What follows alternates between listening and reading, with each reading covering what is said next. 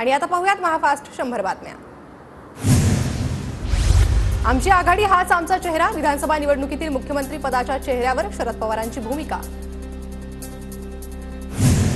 मुख्यमंत्री पदाबाबत आमच्यात मतभेद नाहीत, विधानसभा निवडणुकीत महाविकास आघाडी हाच आमचा चेहरा हे पवारांचं म्हणणं योग्य। शरद पवारांच्या वक्तव्यावर संजय राऊतांची प्रतिक्रिया।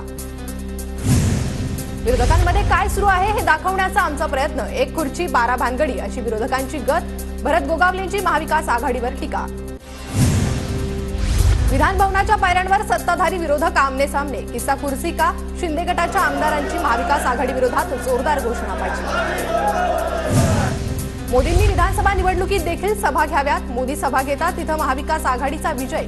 शरद पवारांचा पंतप्रधान मोदींना टोला। प्रत्यक्षात येणार नाही अशा गोष्टींची अर्थसंकल्पात मांडणी, अर्थसंकल्पातील योजनांची अंमलबजावणी होईल का याची मला शंका। राज्याच्या अतिरिक्त अर्थसंकल्पावर शरद पवारांची प्रतिक्रिया। सध्या शिंदेंच्या नेतृत्वात विधानसभा निवडणूक लढणार, निवडणुकीनंतर मुख्यमंत्री पदाबाबत ठरवू, प्रफुल्ल पटेल यांची प्रतिक्रिया। लोकसभा आणि विधानसभा निवडणुकीत फरक आहे, विधानसभा निवडणुकीत लोकसभेपेक्षा वेगळा निकाल लागेल, हसन मुश्रीफांची प्रतिक्रिया।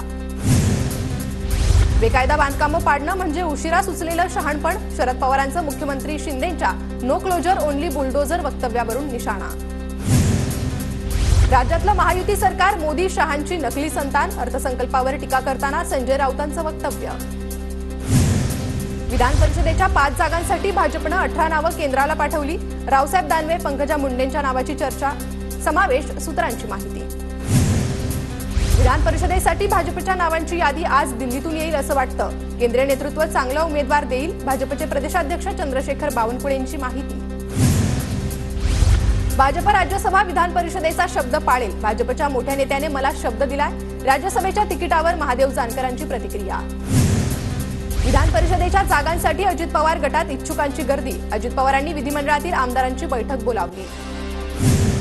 भाजप प्रदेश कार्यालयात कोर कमिटीसह चिंतन बैठक सुरू, प्रभारी भूपेंद्र यादव, सहप्रभारी अश्विनी वैष्णव लोकसभेतील अपयशाचा आढावा घेणार। एकीकडे बहिणीच्या पराभवासाठी ताकद लावायची आणि दुसरीकडे लाडकी बहीण योजना आणायची, विरोधी पक्षनेते विजय वडेट्टीवारांचा अजित पवारांना टोला। काही बहिणी श्रीमंत तर काही बहिणी गरीब असतात, भरत गोगावलेंचं वक्तव्य। लाडकी बहीण योजनेवरून सत्ताधारी आणि विरोधकांमध्ये जुंपली। राज्याच्या अतिरिक्त अर्थसंकल्पात 1,10,000 कोटींची वित्तीय किंवा राजकोषीय तूट, वित्तीय तुटीचा विकास कामांना फटका बसणार। राज्यात मुख्यमंत्री लाडकी बहीण योजना सुरू केल्यानं महिलांकडून उपमुख्यमंत्री देवेंद्र फडणवीसांचं स्वागत, रक्षाबंधनापूर्वी भावानं भेट दिली, महिलांच्या प्रतिक्रिया। मी अर्थमंत्र्यांना 50 पत्र पाठवले, 50 फोन केले, मात्र अर्थमंत्री भेटायला तयार नाही, निधी वाटपावरून जितेंद्र आव्हाडांचा उपमुख्यमंत्री अजित पवारांवर निशाणा।